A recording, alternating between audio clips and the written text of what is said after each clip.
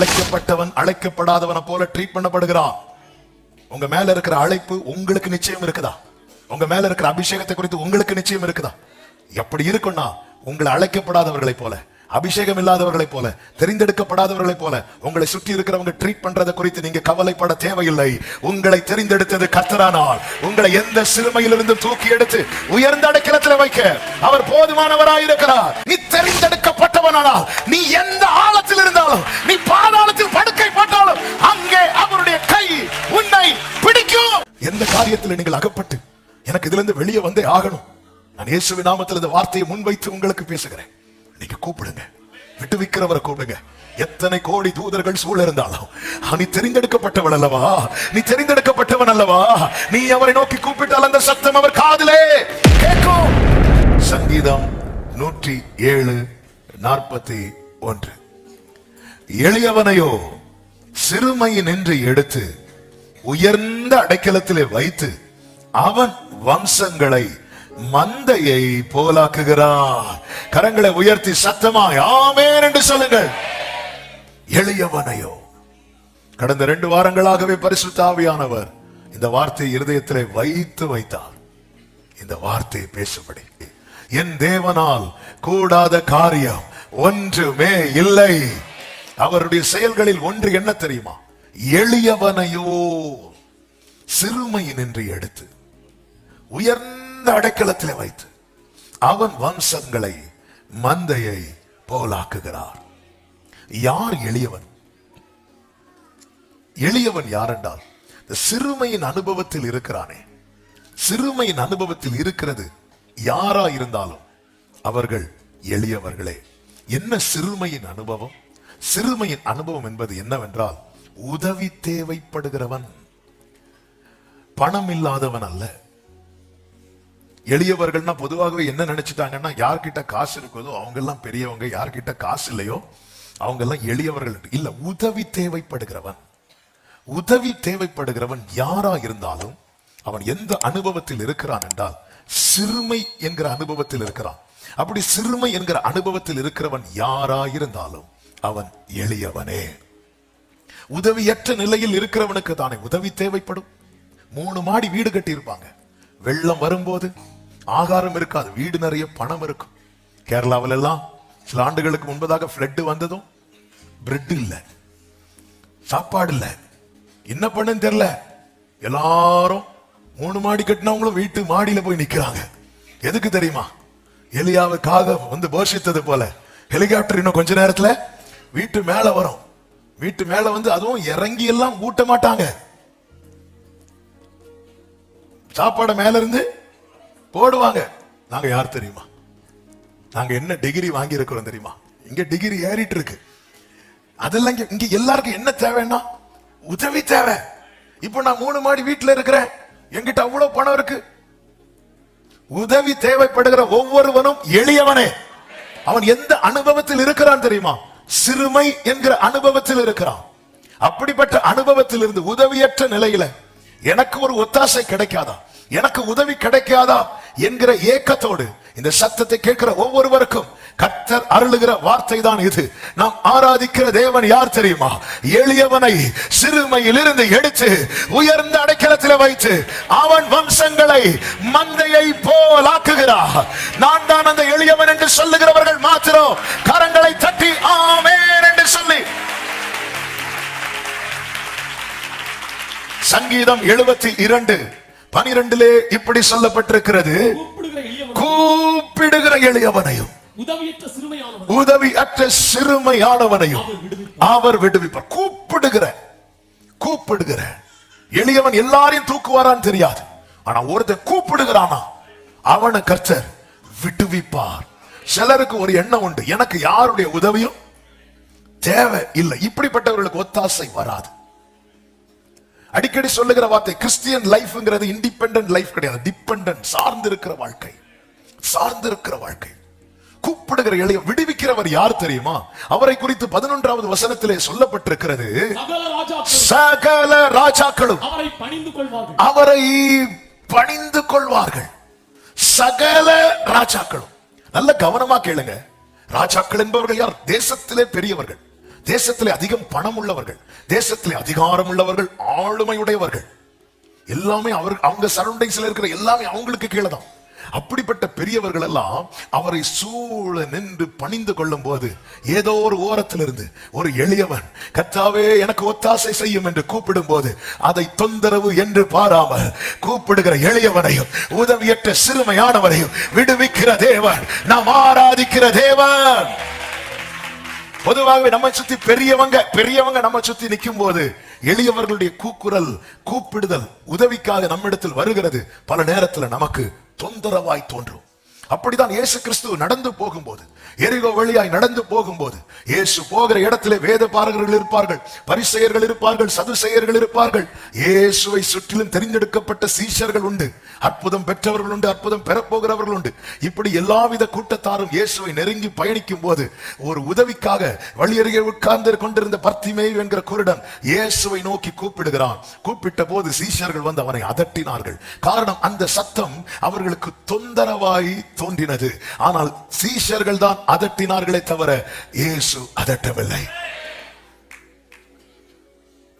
எளியவனையோ சிறுமையின் என்று எடுத்து, யார் அந்த எளியவன்?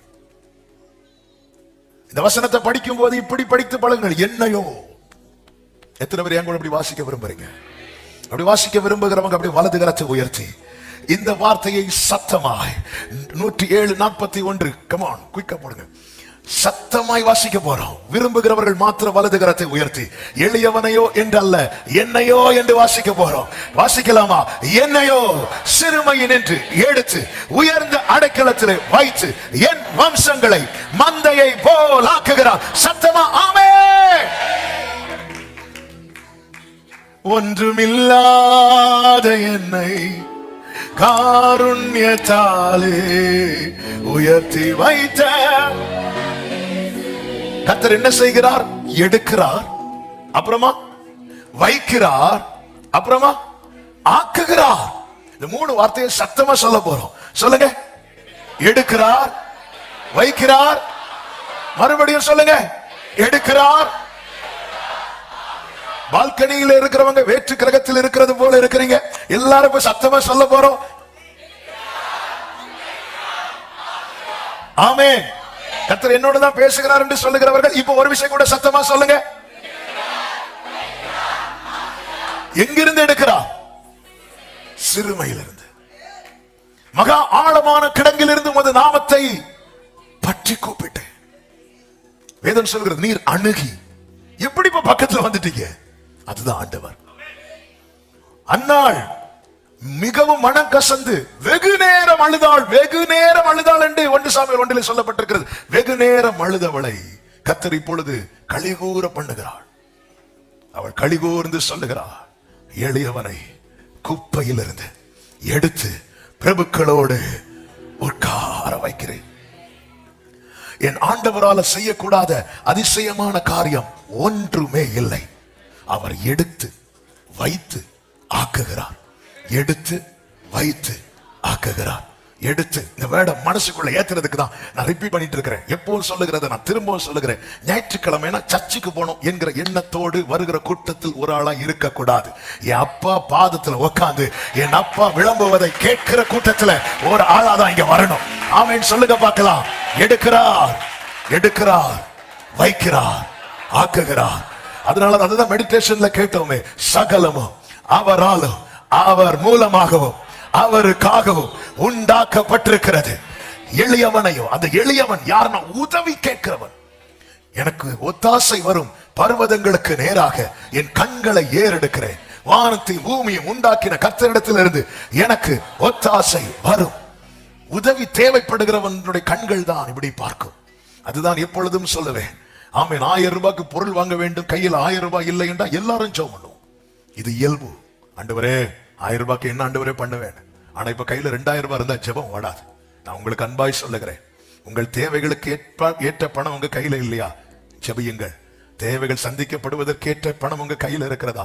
நன்றி செலுத்துங்கள். ஹல்லேலூயா. பொதுவாகவே தேவைக்கான ஜெபம் அதிகம் இருக்கும். ஆனால் தேவை சந்திக்கப்படுவதற்கான நன்றி ரொம்ப குறைவாக இருக்கும். இது இது இது என்ன பண்ணுவதற்கு? இப்படியே வாழ்க்கை ஆயிட்டு இப்படி இருக்கவே கூடாது. 10 குஷ்டரோகிகள் இயேசுவினிடத்திலிருந்து நன்மையை வாங்கி செல்லும் போது திரும்ப வந்தது ஒரே ஒருவன்.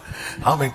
கேட்டு வாங்க 10 பேர் வருவாங்க, அவன் திரும்ப வந்து நன்றி செலுத்த ஒருவன். அந்த கணக்கு தான் இன்றும் தொடர்ந்து கொண்டிருக்கிறது. தேவ பிள்ளையே, எப்பொழுதும் கர்த்தரை சார்ந்து, ஆண்டவரே நேற்று போன வாரம் அல்லது போன வருஷம் எனக்குடைய இந்த ஒரு தேவை சந்திக்கப்படுவது என்பது எனக்கு அரிதா இருந்தது. ஆனா இப்பொழுது அந்த தேவை சந்திக்கப்படுவதற்கான சூழ்நிலையை கர்த்தர் தந்திருக்கிறீரே. எல்லாவற்றுக்காக விண்ணப்பங்கள் மாத்திரமல்ல, ஸ்தோத்திரங்களை நாம் ஏறெடுக்கும் போது நாம் அங்க என்ன சொல்லுகிறோம் தெரியுமா? நான் சிறுமையும் எளிமையுமானவன். தாவீது குகையில் இருக்கும் போது மாத்திரமல்ல, வனாந்தரத்தில் இருக்கும் போது மாத்திரமல்ல, காட்டில் இருக்கும் போது மாத்திரமல்ல, அவன் அரண்மனையில் இருக்கும் போதும் இந்த வார்த்தையை பயன்படுத்த தவறவில்லை. காரணம், அவனுக்கு தெரியும், எத்தனை ஜெயத்தை கண்டாலும், எத்தனை ஐஸ்வர்யத்தை சம்பாதித்தாலும் எனக்கு ஒத்தாசை வானத்தை பூமியும் உண்டாக்கின கர்த்தர் இடத்திலிருந்து மட்டுமே. நோக்கி பார்க்கிறோம். தாவீதின் வாழ்க்கையை முன்வைத்து இந்த 3 அனுபவங்களை சொல்லி நான் ஜெபிக்க விரும்புகிறேன். இந்த வசனம் என்ன சொல்லுகிறது? எடுக்கிறார். எங்கிருந்து எடுக்கிறார்? சிறுமையினின்று எடுக்கிறார். எங்கே வைக்கிறார்? சொல்லுங்க. உயர்ந்த அடைக்கலத்தில், உயர்ந்த அடைக்கலத்தில் வைக்கிறார். உயர்ந்த அடைக்கலம்னா யாருக்கும் எட்டாது, யாருக்கு தெரியாது. எம்மை உயர்ந்த ஸ்தானங்கள் மேல் வைத்து வைத்ததும் நீர் அல்லவோ. பாடுங்க. எம்மை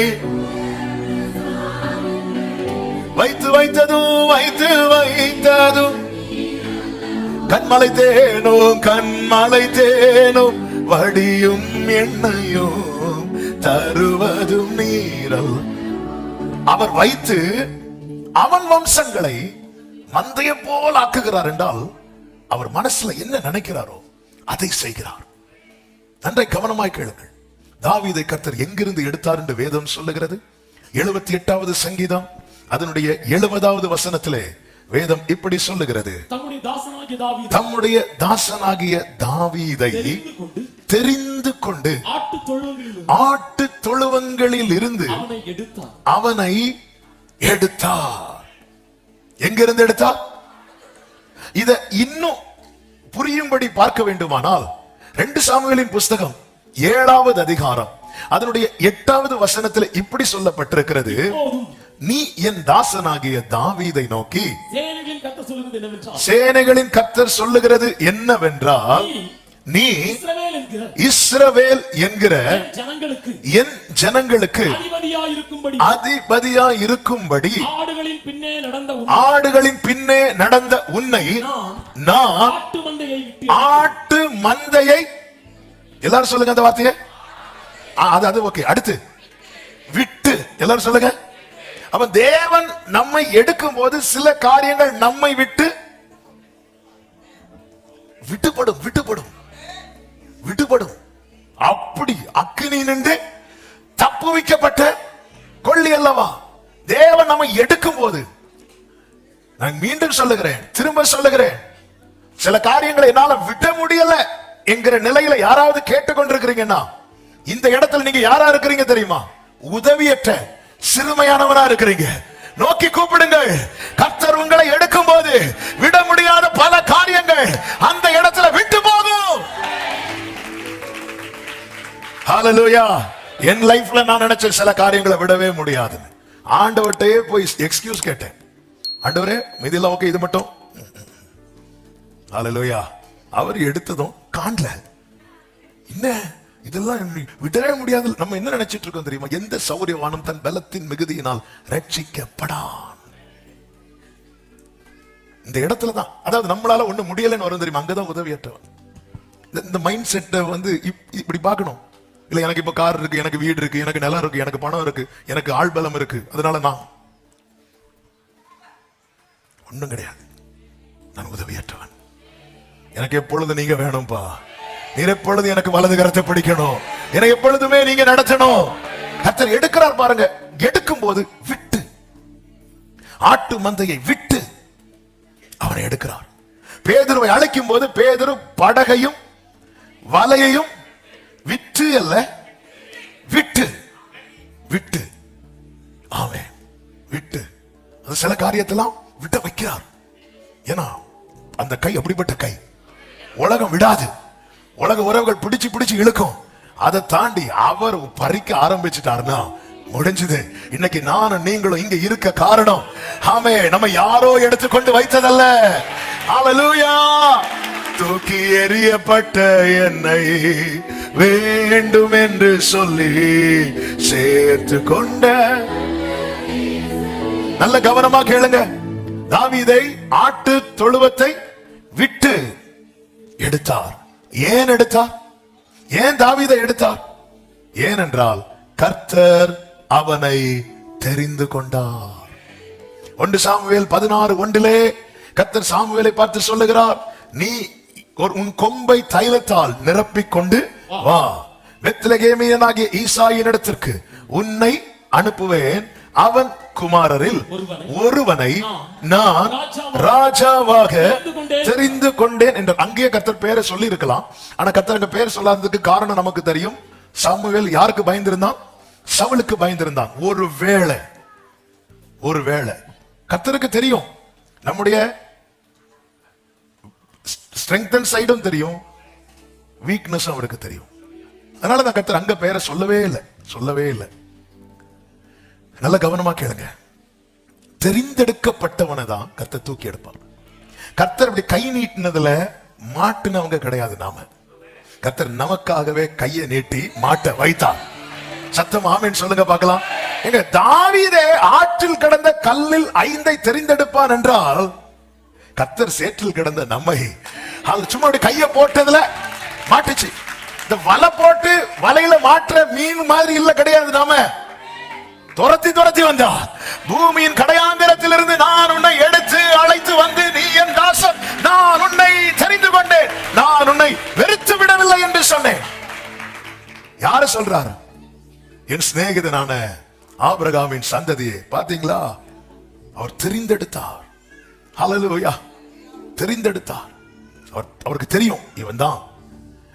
தாவீது ஆட்டு தொழுவத்துல ஆட்டு மந்தை கூட்டத்தில் வைத்தது யாரு? கரெக்ட் தான், சொல்லுங்க. ஈசாக்கா? ஈசாய் ஏன் தாவீது அங்க வைக்கிறான்? ஈசாக்கு எத்தனை பிள்ளைங்க? 8 பிள்ளைங்க. 8 பிள்ளைகளை வைத்து பார்த்தா யாரு சூப்பர்? எலியாப் சூப்பர். எலியாப் சாமுவேலே சொல்றார் எலியாவை பார்த்து, எலியாப் மூத்தவன். இந்த 8 பேர்ல ஈசாயின் பார்வைக்கு ஆட்டு தொழுவத்துல வைக்க தகுதியானவன் யார் அப்படின்னா இந்த தாவீது தான். தாவீத ஈசாய் தூக்கி ஆட்டு தொழுவத்தில் வைக்கிறான். ஆனால் கர்த்தர் இப்பொழுது சாமுவேலை அனுப்புகிறார். எதற்கு தெரியுமா? இந்த தகப்பன் உலகம் உறவு அவனை எங்க தூக்கி வைத்ததோ அங்க இருந்து அவனை எடுத்து உன்னத உறவு எங்க வைக்கணும்னு நினைக்குதோ அந்த இடத்துல அவனை தூக்கி வைப்பதற்காக கர்த்தர் இப்பொழுது சாமுவேலை அனுப்புகிறார். நல்ல கவனமா கேளுங்க. இப்ப சாமுவேல் போயாச்சு. சாமுவேல் போனது எல்லாரும் வராங்க. தாவீது அழைக்கப்படவில்லை. அழைக்கப்பட்டவனை அழைக்கப்படாதவனை போல ட்ரீட் பண்ணுவாங்க. அபிஷேகம் பண்ணப்பட்டவனை அபிஷேகம் பண்ணப்படாதவனை போல ட்ரீட் பண்ணுவாங்க. தெரிந்தெடுக்கப்பட்டவனை தெரிந்தெடுக்கப்படாதவனை போல ட்ரீட் பண்ணுவாங்க. இது எதையும் குறித்து ஒரு தேவ பிள்ளை கலங்க கூடாது. நீ எந்த சிறுமையில் இருந்தாலும் உன் மேல அழைப்பு இருக்குமானால், உன் மேல தேவ தரிசனம் தேவ திட்டம் இருக்குமானால், கர்த்தர் உன்னை சிறுமையில் நின்று எடுத்து ஆமென் சொல்லுகிறவர்கள் மாத்திரம் நல்ல கைகளை தட்டி ஹல்லேலூயா ஹல்லேலூயா. இப்ப சாமுவேல் யாரு? சத்தமா சொல்லுங்க. சாமுவேல் தீர்க்கதரிசிதான் என்று தான் முதல் பெயர்சபா மட்டும் உள்ள ஏரியா தெரிய வந்தது. இந்த சாமுவேல் மூலம் கர்த்தர் சாமுவேல்ட்ட வார்த்தை மூலம் வெளிப்படுத்தினார். இந்த சாமுவேல் அந்த வார்த்தை எல்லாம் ஜனங்களுக்கு சொல்லுவார். அந்த வார்த்தைகளில் ஒரு வார்த்தை கூட தரையிலே விழுந்து போக விடவில்லை. இவர் சொன்ன கரெக்ட், இவர் சொன்ன கரெக்ட், இவர் சொன்ன கரெக்ட். அப்படிப்பட்ட ஒரு பவர்ஃபுல் ப்ராஃபட் சாமுவேல் வந்து நிற்கிறார். வந்து நின்றதும் எலியாப் முதலாவது வரவழைக்கப்படுகிறான். அவனை பார்த்த உடனே அப்படிதான் இருக்கு. 1 சாமுவேல் 16:6 சொல்லப்பட்டிருக்கிறது. அவர்கள் வந்து, நான் வாசிக்கிறேன். அவன் எலியாபை பார்த்த உடனே கர்த்தரால் அபிஷேகம் பண்ணப்படுகிறவன் இவன் தான் ஆக்கும் என்று நினைத்தான் என்றல்ல, என்று சொன்னான். surely the Lord's anointed is before him. யார் சொன்னது? சாமுவேல். யாரு? தீர்க்கதரிசி வாயிலிருந்து இதுவரை சொன்ன ஒரு வார்த்தை கூட எங்க விழல? தரையில விழல. ஆனா இந்த வார்த்தையை தரையில விழ வைக்கிறார் ஆண்டவர். ஏன்? ஏன்? ஆல்ரெடி காட் செட் பண்ணிட்டார். ஆல்ரெடி காட் செட் பண்ணிட்டார். நல்ல வார்த்தை கவனிங்க. இதுவரை அவன் சொன்ன ஒரு வார்த்தை தரையில விழல. இங்க ப்ராஃபஸி எப்படி வருது தெரியுமா? பார்த்தது வருது. சிலருக்கு பார்த்ததும் ப்ராஃபஸி வரும். அந்த அந்த அந்த மூணாவது ரோல இருக்கிற அந்த சகோதரி உங்களை பார்த்துதான். அது சாமுவேலா இருந்தாலும் சில டைம் பார்த்ததும் ப்ராஃபஸி வரும். ஆண்டவர் நோ நோ. சாமுவேலே, ஈசாக்கு பிள்ளைங்க எத்தனை? ஆண்டவரே 8. இதுவரை அவனுக்கு 7 தான் தெரியும். இன்னுதான் 8 தெரியும். உன் பார்வைக்கு 7 தெரியுது. என் பார்வைக்கு ஒருத்தனை தான் தெரியும். இதான் தெரிந்தெடுக்கப்பட்டவன். இதுதான் தெரிந்தெடுக்கப்பட்டவன். சொல்லவா? இங்க இருந்து பார்க்கும்போது இப்ப நான் சாமுவேலா நிக்கிறேன்னு வைங்களேன், என் பார்வைக்கு பலரை தெரியும். ஆனால் அவர் பார்வைக்கு உங்களை மட்டும்தான். ஹல்லேலூயா. இவனா இருக்கும் சொல்லிட்டார். பொதுவாகவே இந்த தீர்க்கதரிசிகளுடைய ஒரு மேட்டர் என்னன்னா, அவங்க சொல்லிட்டாங்கன்னா அது நடந்தாகணும். நினைவே அழியுதோ காப்பாற்றப்படுதோ அது மேட்டர் கிடையாது. நான் நினைவே அழியோன்னு சொல்லிட்டேன், அது என்ன ஆகணும்? அழியணும். அதை அழிக்க மாட்டேன்ட்டார். இவருக்கு கோபம் வந்துச்சு. போத ஆண்டவரே, எனக்கு தெரியும் நீர் இப்படிதான் செய்வேன், அதனாலதான் அப்படி போன. அங்க போனா என்ன அழிக்க பாக்குறீர்? இங்க வந்து நான் பெருசா சொல்லிட்டேன், இன்னும் 40 நாளில் நினைவு அழியும்னு சொல்லிட்டு பக்கத்துல டென்ட் போட்டு உட்கார்ந்து இருக்கார். என்ன ஆகுது பாப்போம். என்ன தீர்க்கதரிசி அவன். ஆண்டவர் சொல்லுங்க, பார்ப்பா நான் மனஸ்தாபப்பட்டேன். என் விஷயத்தில் மனஸ்தாபப்படுறீங்களா? அவன் சொன்னது நடக்கணும். சாமுவேல் சொல்லிட்ட பார்த்த உடனே கர்த்தரால் அபிஷேகம் பண்ணப்படுபவன் இவன் தான் சொன்னதும் எல்லாரும் ஆர்ப்பரிக்கலாம். வரும்போது ஆண்டவர் சொல்ற, நோ, இவனை பார்க்காதேங்கிறார். அப்படிதான் இருக்கு. நீ இவனுடைய முகத்தையும் இவனுடைய சரீர வளர்ச்சியும் நீ பார்க்காத. சாமுவேலே, நீ பார்த்தவன என்ன பார்க்க வைக்காத, நான் பார்த்தவன உன்னை பார்க்க வைக்கிறேன். ஹல்லேலூயா. நம்ம எல்லாம் என்ன பண்றது? நாம பார்த்ததை அவரை பார்க்க வைக்க ட்ரை பண்றோம். நான் ஒருத்தனை பார்க்கிறேன். ஹல்லேலூயா. யார் ஆண்டவரே? இந்த 7 பேர் ஆலயத்தில் இருந்தா கூட சும்மா இருக்கிறவங்க. ஆனா அவன் காட்டில் இருந்தாலும் கர்த்தர் என் மேய்ப்பராய் இருக்கிறார், நான் தாழ்ச்சி அடையேன். அவர் என்னை புல்லுள்ள இடங்களில் மேய்த்து அமர்ந்த தண்ணீர் அண்டையில் என்னை கொண்டு போய் விடுகிறார். அவர் என் ஆத்துமாவை தேற்றி. இப்படி பாடக்கூடியவன் வா. நீ பார்த்தவனை என்ன பார்க்க வைக்காத, நான் பார்த்தவனை உனக்கு காட்டித்தார. ஆண்டவர் இவனை பார்க்காத. ஆண்டவர் ஈசாயின் குமாரர்களில் அவ்வளவு பேரே என் கண்ணுக்கு ஒருத்தனை தான் தெரியுது. அதுதான் பூமியின் கடையாந்திரத்தில் இருந்து எடுத்து அழைத்து கொண்டு வந்து வரும்போதே சொல்றாரு, பாரு நான் உன்னை வெறுக்கல.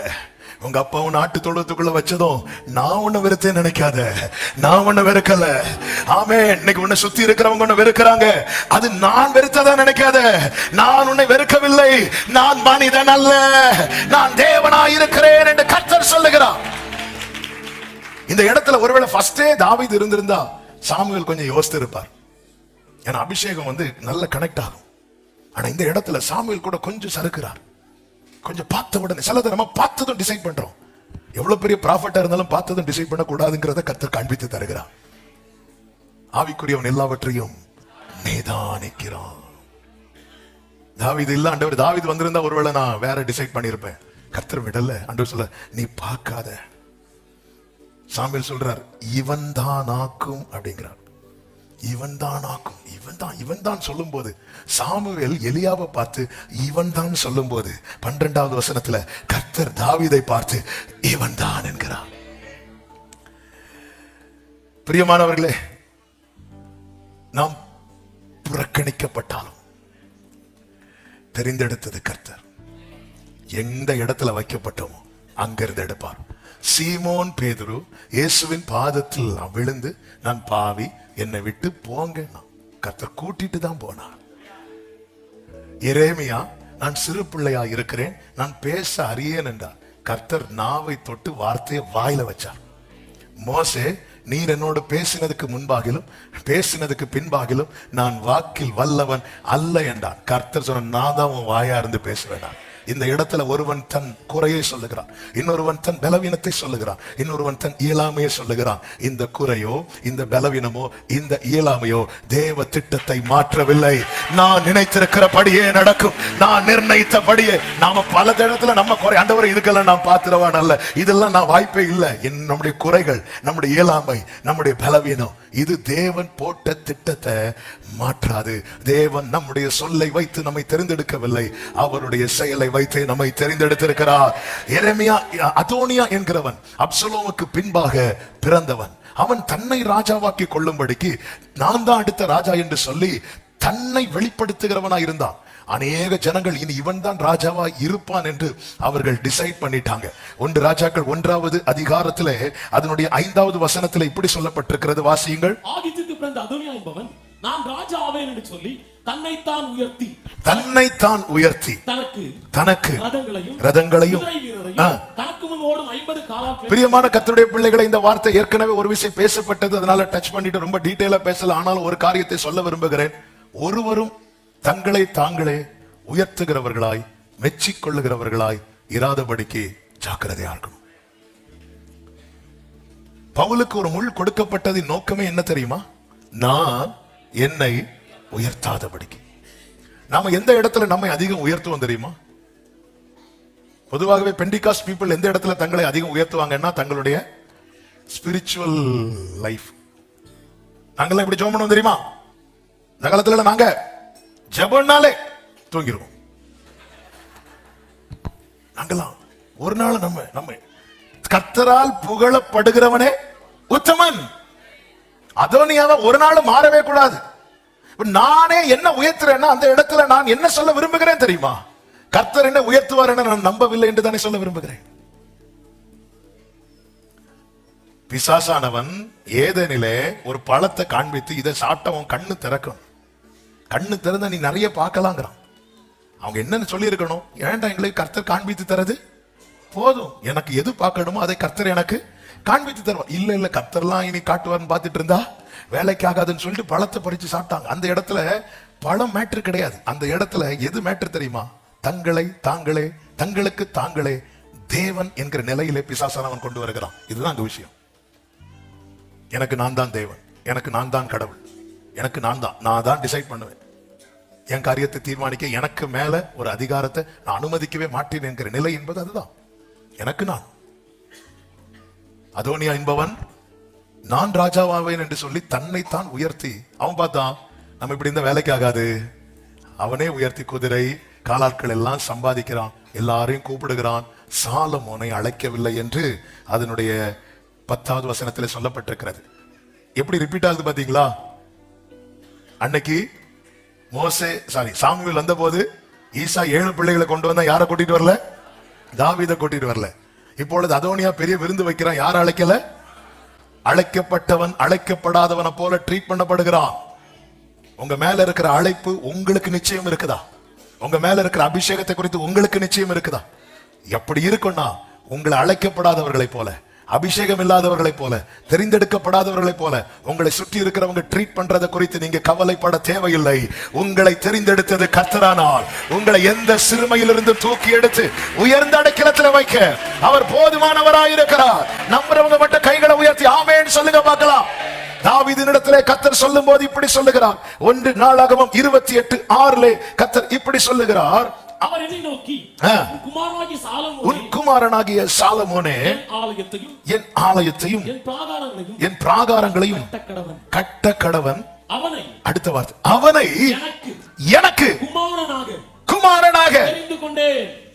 தேவன் ஒருவனை தெரிந்தெடுத்தால் அவனை எப்படி செட் பண்ணி வைக்கிறார் தெரியுமா? அவருடைய பிள்ளையாக. தாவீது சொல்றார், இங்க பாருப்பா, அவன் ஆலயத்தை கட்டுவான். ஓகே, அதுக்கு தானே தெரிந்தெடுத்து இல்ல, அவனை என் குமாரனாக. உங்க அப்பா யாருன்னு கேட்டா நீங்க ஆளுக்கு ஒவ்வொரு பேரு சொல்றீங்கல்ல, ஒவ்வொருத்தரும் ஒவ்வொரு பேரு சொல்றீங்க. ஆனால் நீங்கள் தேவனால் தெரிந்தெடுக்கப்பட்டவர்களானால் இந்த நற்செய்தியை கேளுங்க. உங்க அப்பா யாருன்னு கேட்டா தைரியமா சொல்லுங்க, பரலோக பிதா. ஹல்லேலூயா. அவனை அவன் இப்ப சர்ச்சில் அப்பான்னு சொன்ன இப்ப எல்லாரும் அப்பான்னு சொல்லுவீங்க. அப்பா பாடினா அப்படியே கத்துவோம், அப்பா அப்படி கத்துவோம்.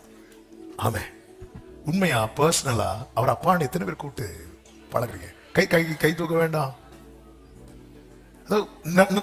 நம்ம பல நேரத்தில் எதை மறக்கிறோம் தெரியுமா? இந்த சாமுவேல் பார்க்கிற மாதிரி முகத்தையும் வளர்ச்சியையும், முகத்தையும் வளர்ச்சியும், இது ரெண்டை வச்சுதான் அன்னைக்கு உலகம் ஜட்ஜ் பண்ணுது. முகம், ஃபேஸ் வேல்யூன்னு ஒண்ணு இருக்கு, அடுத்து வளர்ச்சி. இதை வச்சுதான் ஒரு ஆளை இப்படி பார்க்கறதும் இப்படி பார்க்கறதும். இது உலக பார்வை. நம்ம என்னதான் ஒயிட் அண்ட் ஒயிட் போட்டு இப்படி இப்படி பார்க்கிறோம் தெரியுமா? அது உலக பார்வை. பரலோக பார்வைன்னு ஒண்ணு இருக்கு. இவன் தெரிந்தெடுக்கப்பட்டவன். மொத்தம் பரலோகத்துக்கு ரெண்டே ஜாதி தான். ஹலோ, ஜாதின்னு எல்லாம் தலை வருது, வரட்டும், பல தலைகள் வெளியே. ரெண்டே கூட்டம் தான். ஒரு கூட்டம் சிலுவையை குறித்த உபதேசம் கெட்டு போகிறவர்களுக்கு பைத்தியம், ரட்சிக்கப்படுகிறவர்களுக்கு மொத்தம் ரெண்டே கூட்டம் தான். ஒன்னு கெட்டு போகிற கூட்டம், இன்னொன்னு ரட்சிக்கப்படுகிற கூட்டம். கிறிஸ்துவை ஏற்றுக்கொண்ட கூட்டம், கிறிஸ்துவை ஏற்றுக்கொள்ளாத கூட்டம். சிலர் பயோடேட்டா கையில கொடுப்பாங்க, அதுல இருக்கும் உங்களுக்கு ஏதாவது டிமாண்ட் உண்டா? ஒரு டிமாண்ட் கிடையாது. ஃபர்ஸ்ட் நீங்க பாக்குறது தான் சரி, ஒரு டிமாண்ட் கிடையாது. இல்ல ஜவுரி அதெல்லாம், அப்புறம் கேஸ்ட்,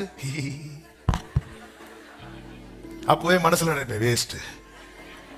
கேஸ்ட பார்த்து ஒண்ணு செட் பண்ணி தாங்கன்னு சொல்லிட்டு அதெல்லாம் நம்ம வேலை கிடையாது. அப்படி ஏதாவது பயோடேட்டா என் கையில தந்தா நான் ஸ்தோத்திரம் பண்ணி வாங்கி எங்க வைப்பேனே. பயோடேட்டா தந்தவர்கள் கோவித்துக் கொள்ள வேண்டாம். அது எங்க வைப்பேன், அதை மைண்ட்லயே ஏத்த மாட்டேன்.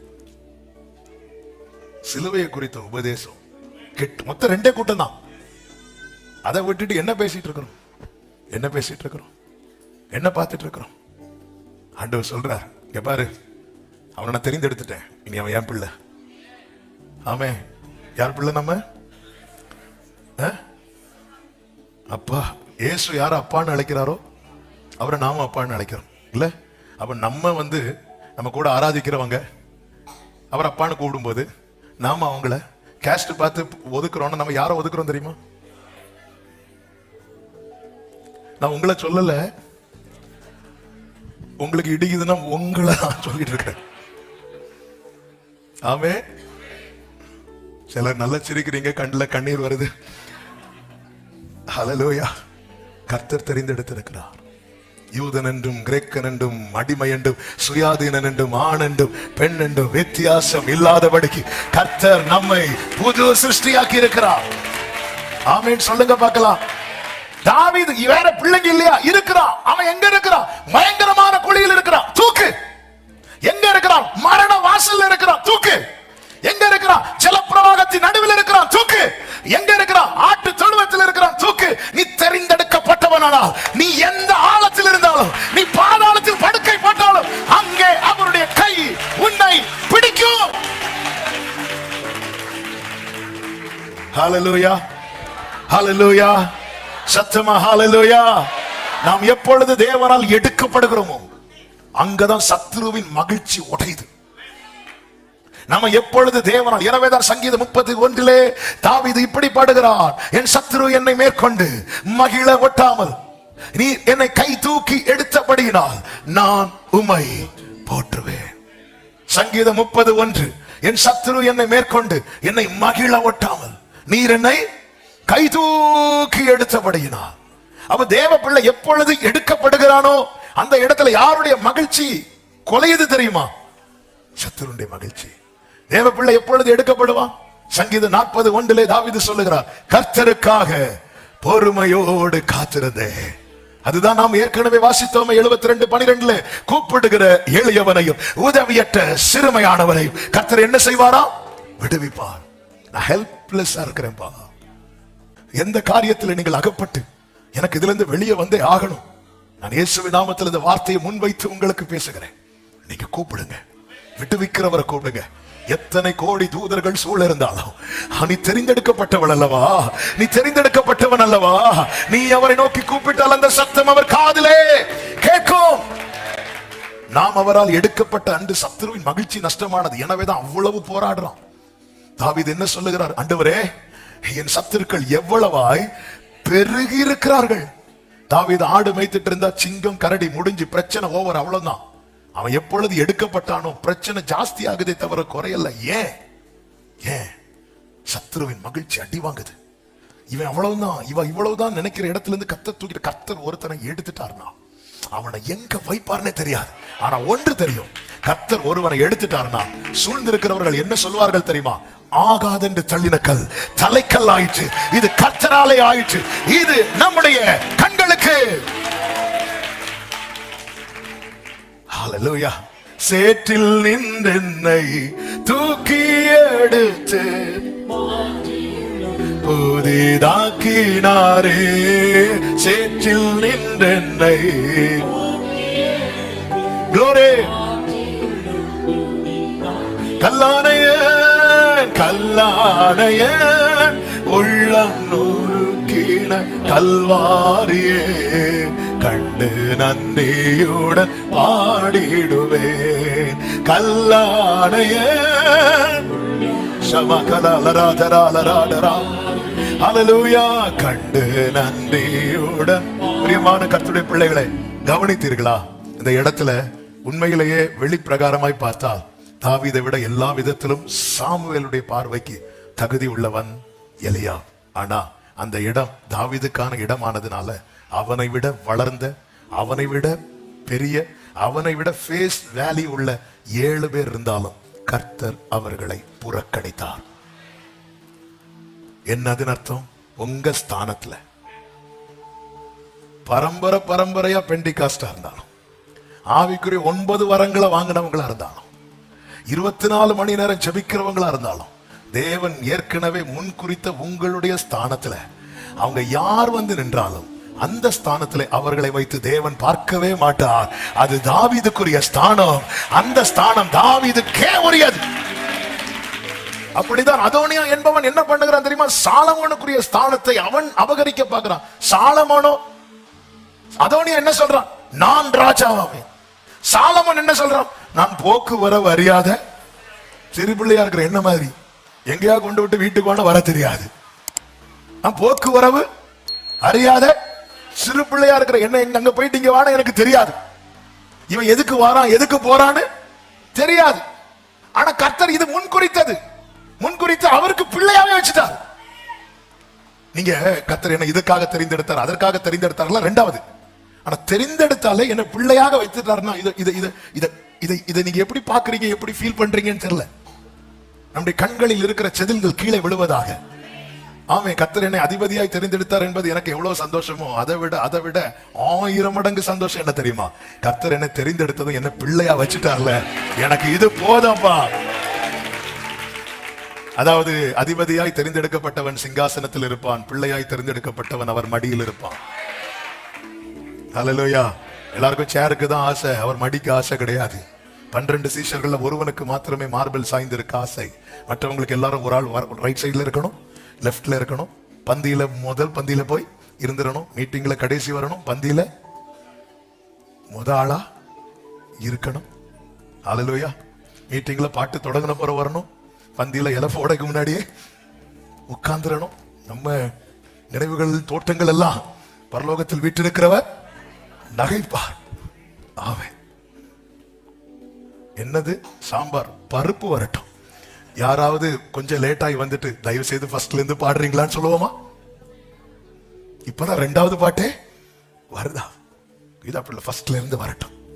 அதுவும் கூட்டு இங்க இருந்து தான் வைக்கணும். இங்க இருந்து வச்சா இலை இப்படிதான் இப்படி மடக்கணா. நம்ம சில காரியங்கள் இருக்குது. ஆனா மீட்டிங் நீங்க பரவாயில்ல, இப்ப சீக்கிரம் வாரீங்க, சேரு போயிரும். அதனால மத்தபடி இந்த முதல் ஸ்தோத்திரத்துல இருந்து நான் கேட்கணும். முதல் ஸ்தோத்திரத்துல இருந்து ஐயோ முதல் பாட்டு முடிஞ்சிட்டா, ப்ளீஸ் ப்ளீஸ் ராபர்ட் பிரதர் எங்களுக்காக அதுக்காக அடுத்த வந்து சொல்லிட்டு இருக்காதீங்க. நமக்கு நம்ம டேஸ்டே வேற இல்ல. இதை டேஸ்ட் பண்ணுங்க. கர்த்தர் நல்லவர் என்பதை ருசித்து பாருங்கள். இந்த அதோனியா எப்படி இருக்கிறான் பாருங்க. அப்போ முகத்தையும் சரீர வளர்ச்சியும் பார்த்தால் இந்த அதோனியா அவன் தான் ராஜா. ஆனால் கர்த்தர் அவருடைய திட்டத்தின்படி தீர்மானத்தின்படி சாலமோனை ராஜாவாக்கின போது இந்த அதோனியா வந்து பத்சேபாளிடத்திலே சொல்லும் ஒரு வார்த்தை உண்டு. 1 ராஜாக்களின் புஸ்தகம் 2வது அதிகாரம் 15வது வசனத்திலே இப்படி சொல்லப்பட்டிருக்கிறது. 14 வாசிகள். பின்பு அவன், உம்மோடே நான் பேச வேண்டிய ஒரு காரியம் இருக்கிறது என்றான். அதற்கு அவள், நான் உங்ககிட்ட பேச வேண்டிய ஒரு காரியம் இருக்கிறது என்றான். உடனே அவ சொல்றா, சொல்லு என்ன அப்படின்னு. அப்பொழுது அவன், ராஜ்யம் என்னுடையதா இருந்தது என்றும் நான் அரசாளுகிறதற்கு இஸ்ரவேலர் எல்லாரும் என்மேல் நோக்கமா இருந்தார்கள் என்றும் நீர் அறிவீர். ஆனாலும் ராஜ்ய பாரம் என்னை விட்டு தாண்டி என் சகோதரனுக்கு ஆயிற்று. கர்த்தரா, கைகளை உயர்த்தி ஹல்லேலூயா. ஏற்கனவே இந்த வார்த்தையை வைத்து ஒரு செய்தி கொடுத்ததுனால நான் இந்த வசனத்தை மட்டும் சொல்றேன். எத்தனை அதோனியாக்கள் எழும்பினாலும் உனக்குரியது அவர்களை தாண்டி உன்னிடத்தில் வந்து சேரும். ஹல்லேலூயா. என் மேல் நீர் வைத்த உம் கரமே இம்மட்டும் என்னை. அவர் விட்டுருவார் நினைக்கிறீங்க? அதோனியா வந்து அவர் திட்டத்தை மாற்ற முடியுமா? பார்வோன் வந்து அவர் திட்டத்தை மாற்ற முடியுமா? பிறக்கிற ஆண் குழந்தை எல்லாம் நைல் நதியில போடு. நேபுகாத்நேச்சர் வந்து திட்டத்தை மாற்ற முடியுமா? அந்த சிலையை வணங்காதவன தீயில தூக்கி போடுவேன் போடு. தரியு வந்து திட்டத்தை மாற்ற முடியுமா? ஜோம் பண்றவன சிங்க கபில தூக்கி போடுவேன் போடு. ஹல்லேலூயா. எத்தனை பேர் எங்கெல்லாம் தூக்கி போட்டாங்க. ஹல்லேலூயா. கர்த்தர் நம்மை தெரிந்தெடுத்திருக்கிறார். கைகளை உயர்த்தி ஆமென் சொல்லுங்க பார்க்கலாம். கர்த்தர் எடுத்தார். நேரம் போகிறதுனால அடுத்த 2 வார்த்தையை சொல்லி முடிக்கிறேன். 2வது என்ன செய்தார்? சத்தமா சொல்லுங்க. எங்கே வைத்தார்? உயர்ந்த அடைக்கலத்துல. ஏன்? அதுதான் நான் ஆரம்பத்திலே சொன்னேன். தேவனால் ஒருவன் தெரிந்தெடுக்கப்படும் போது அங்க அதுல எது நஷ்டமாகிறது தெரியுமா? சத்துருவினுடைய மகிழ்ச்சி. அதனால சத்துருவுக்கு எரிச்சல், கோபம், வைராக்கியம். எனவேதான் தாவீது சொல்லுகிறார், தீங்கு நாளில் அவர் என்னை கூடாரத்தில் மறைத்து.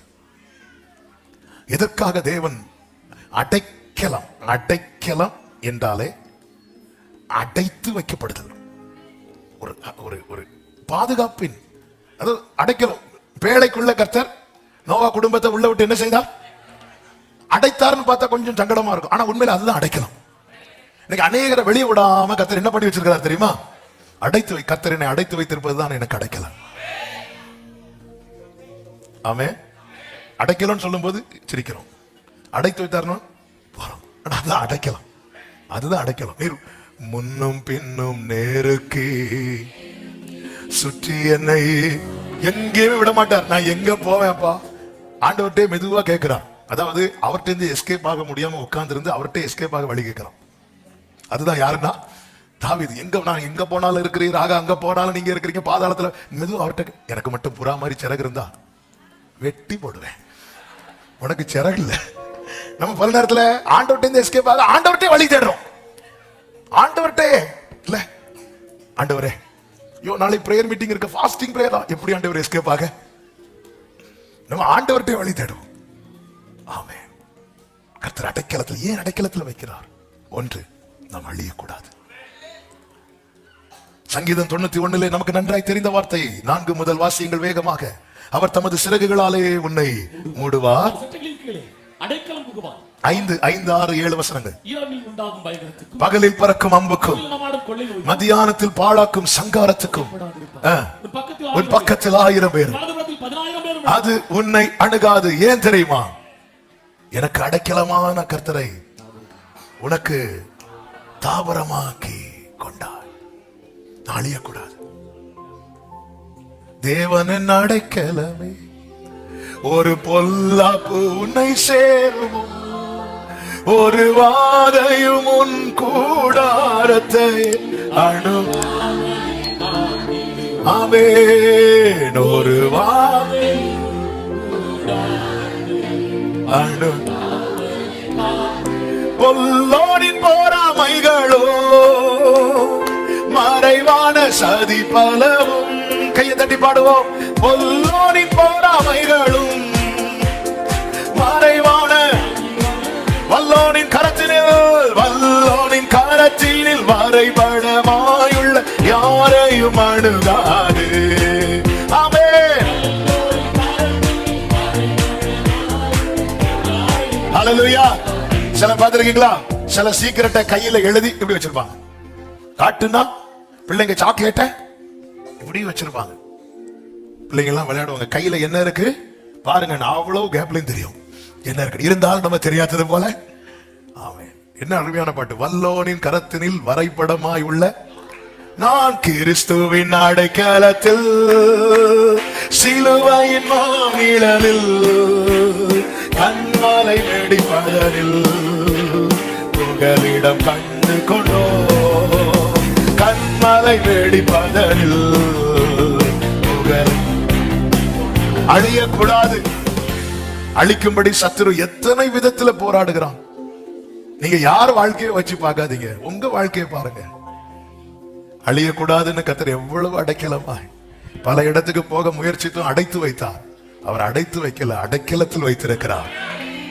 அவர்தான் நமக்கு அடைக்கலம். அழியக்கூடாது. சங்கீதம் 62:6 அசைக்கப்படக்கூடாது என்று கர்த்தர் அடைக்கலமாய் இருக்கிறார். என் உயர்ந்த அடைக்கலமாய் இருக்கிறார். நான் அசைக்கப்படுவது இல்லை. அசைக்கும்படி, அதாவது நடுக்கடலிலே பேதுரு உட்பட சீஷர்கள் சென்ற படகு அலைவுபட்டது போல அலை கழிக்கும்படிக்கு பிசாசானவன் பல விதங்களிலே வந்து மோதி அடிக்க பார்க்கிறான். ஆனா கர்த்தர் உறுதியா நிக்க வைக்கிறார், உறுதியா நிக்க வைக்கிறார். ஹல்லேலூயா. அதுதான் தாவீது சொல்லுகிறார், நான் மரண இருளின் பள்ளத்தாக்கில் நடந்தாலும் பொல்லாப்புக்கு பயப்படேன், தேவரீர். சங்கீதம் 59:9-10 வசனங்களை பார்க்கும்போது நம்பிக்கை இழந்து போகாதபடிக்கு கர்த்தர் அடைக்கலத்தில் வைக்கிறார். நம்பிக்கை இழந்துடக்கூடாது. அந்த 59 டைட்டில் என்ன சொல்லப்பட்டிருக்கிறது?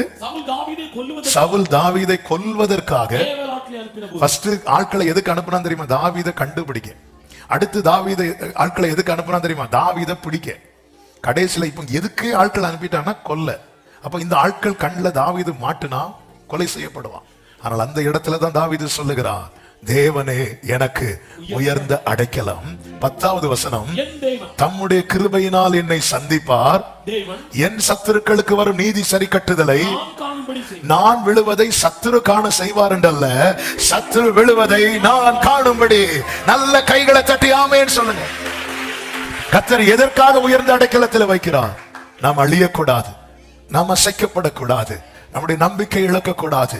ஏசாயா 33:16 சொல்லப்பட்டிருக்கிறது, அவன் உயர்ந்த இடங்களில் வாசம் பண்ணுவான், கன்மலைகளின் அரண்கள் அவனுக்கு உயர்ந்த அடைக்கலமாகும். அடுத்த வார்த்தை, அவன் அப்பம் அவனுக்கு கொடுக்கப்படும், அவன் தண்ணீர் அவனுக்கு, எல்லாரும் சொல்லுங்க, நிச்சயமாய் கிடைக்கும். அவர் அடைக்கலத்தில் உள்ள ஒவ்வொருவருக்கும் இந்த வார்த்தை இயேசுவின் நாமத்திலே சொல்லுகிறேன், யாருடைய அப்பமோ கொடுக்கிறதுக்கல்ல உங்களை கர்த்தர் எடுத்தது. அவன் அப்பம் அவனுக்கு கொடுக்கப்படும், அவன் தண்ணீர் அவனுக்கு நிச்சயமாய். பக்கத்துல 2 பேரை பார்த்து சொல்லுங்க, நிச்சயமா கிடைக்கும், நிச்சயமா கிடைக்கும். ஆமென். சந்தோஷமா சொல்றீங்களா? நீங்க சொல்லியபடியே நீங்களும் ஆசீர்வதிக்கப்படுவீர்களா? அவன் அப்பம். அடுத்த அப்பத்துக்கு ஆசைப்படக்கூடாது. ஆமென் சொல்லுங்க பார்க்கலாம். எனவேதான் நீதிமொழிகள் 30:9 வாசிங்க. மறுதலித்து கர்த்தர் யார் என்று சொல்லாதபடிக்கு, தரித்திரப்படுகிறதுனால் திருடி வீணிலே வழங்காதபடிக்கு, என் படியை எனக்கு அளந்து என்னை போஷித்தரணும். ஆண்டவரே, அதனாலதான் தாவீது 18வது சங்கீதத்துல சொல்றார், என்னுடைய உயர்தலத்தில் என்னை நிறுத்துகிறார். அவர் அடைக்கலத்துல மறைத்து வைத்திருக்கிறார்னாலே ஆண்டவருக்கு ஒரு விஷயத்துல ரொம்ப வைராக்கியம் உண்டு. என்ன தெரியுமா? நம்முடைய தானியம் சத்துருக்களுக்கு ஆகாரமாக போயிடக்கூடாது. உனக்குரியது உனக்கு தான். அவன் அப்பம் அவனுக்கு கொடுக்கப்படும், அவன் தண்ணீர் அவனுக்கு, சொல்லுங்க, நிச்சயமாய். வலது கரத்தை உயர்த்தி சொல்லுங்க, நிச்சயமாய் கிடைக்கும், நிச்சயமாய் கிடைக்கும், நிச்சயமாய் கிடைக்கும். சத்தமா ஆமென் சொல்லுங்க பார்க்கலாம். எடுக்கிறார், வைக்கிறார், ஆக்குகிறார். எப்படி ஆக்குகிறார்? அவன் வம்சத்தை மந்தையை போல ஆக்குகிறார். வேதம் சொல்லுகிறது, 2 சாமுவேல் 3வது அதிகாரம் 1வது வசனத்தில் இப்படி சொல்லப்பட்டிருக்கிறது, சவுலின் குடும்பத்திற்கும் தாவீதின் குடும்பத்திற்கும் நெடுநாள் யுத்தம் நடந்தது. தாவீது வர வர, எல்லாரும் இந்த வார்த்தையை சொல்லுங்க, வர வர வந்துட்டே இருக்கு, வர வர பலத்தான். அப்ப தாவீதை பலப்படுத்த, தாவீதின் வம்சத்தை மந்தைய போலாக்க என்னென்ன வரணுமோ அது வந்துட்டே வந்துட்டே வந்துட்டே இருக்கும். இதுதான் கர்த்தர் பாராட்டுகிற கிருபை. அவன் வர வர பலத்தான். இதற்காக கர்த்தர் செய்த 3 காரியத்தை சொல்லி செபிக்கிறேன். கர்த்தர் என்ன செய்தார் தெரியுமா? 1, சங்கீதம் 132:17 சொல்லப்பட்டிருக்கிறது, நான் அபிஷேகம் பண்ணுவித்தவனுக்காக ஒரு விளக்கை ஆயத்தம் பண்ணினேன். அந்த விளக்கு தான், ஏன் விளக்கை ஆயத்தம் பண்ணினேன்னு சொல்ல காரணம், தாவீதின் தீபம் அணைந்தாலும் அடுத்த தலைமுறை மூலமாய் அது எரிந்து கொண்டே இருக்கும். இது பெரிய பாக்கியம். விளக்கை ஆயத்தம் பண்ணுகிறார். அது மாத்திரமல்ல, சங்கீதம் 18வது சங்கீதம் 50வது வசனத்துல தாவீதுக்கும் அவன் சந்ததிக்கும் சதா காலம் கிருபை செய்கிறார். ஃபர்ஸ்ட் என்ன சொன்னேன்? சத்தமா சொல்லுங்க, விளக்கு. யார் ஆயத்தம் பண்றா? கர்த்தர். அடுத்து என்ன செய்கிறார்? கிருபை செய்கிறார்.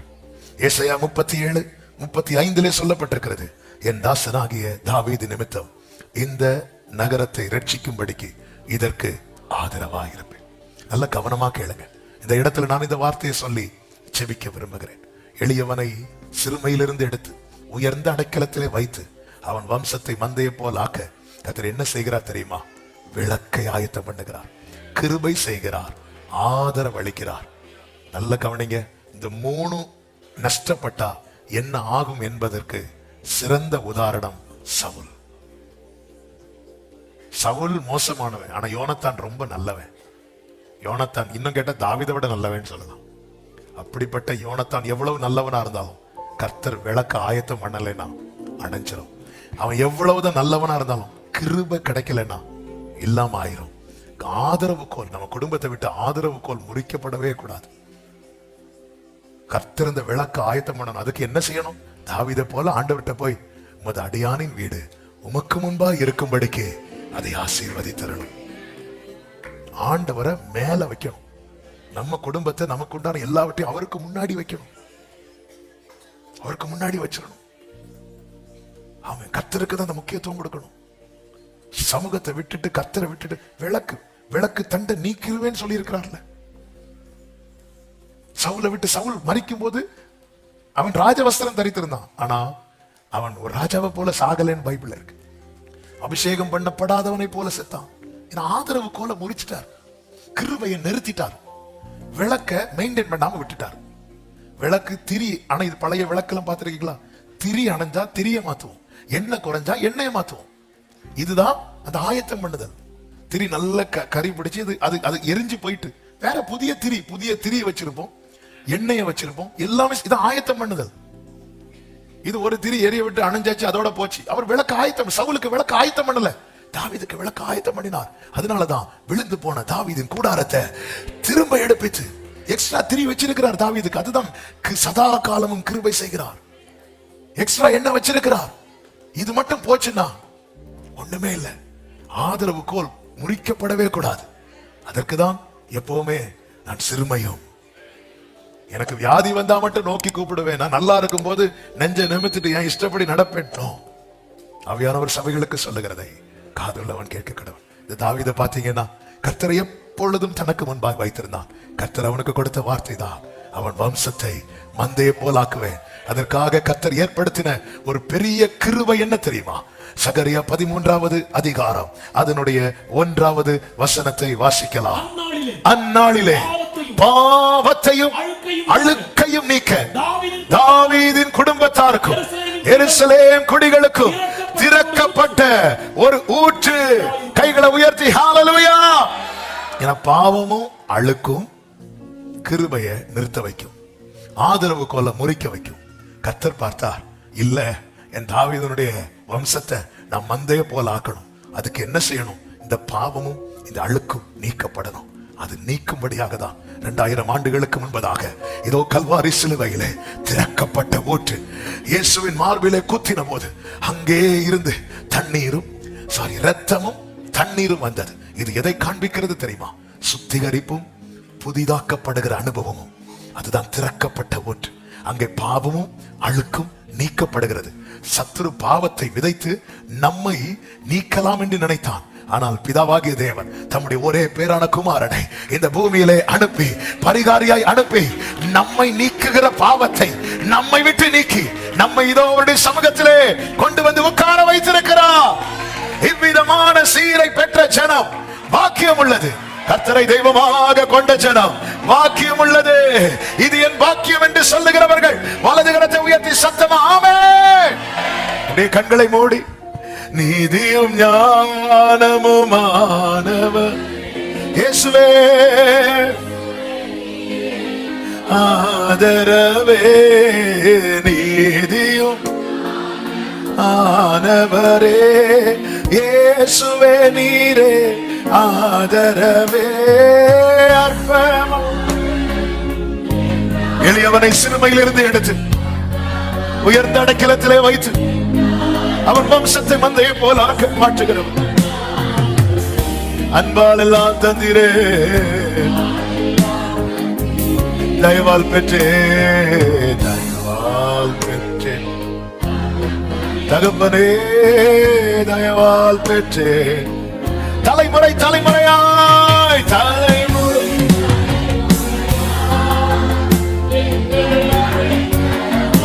கர்த்தர் நம்மை சிறுமையிலிருந்து எடுத்து நம் வம்சத்தை மீண்டும் அந்த சிறுமையில வைக்க மாட்டார். வம்சத்தை மந்தையை போல பெருக பண்ணுகிறவர். கைகளை செய்து ஹல்லேலூயா பாடுவோம். ஆ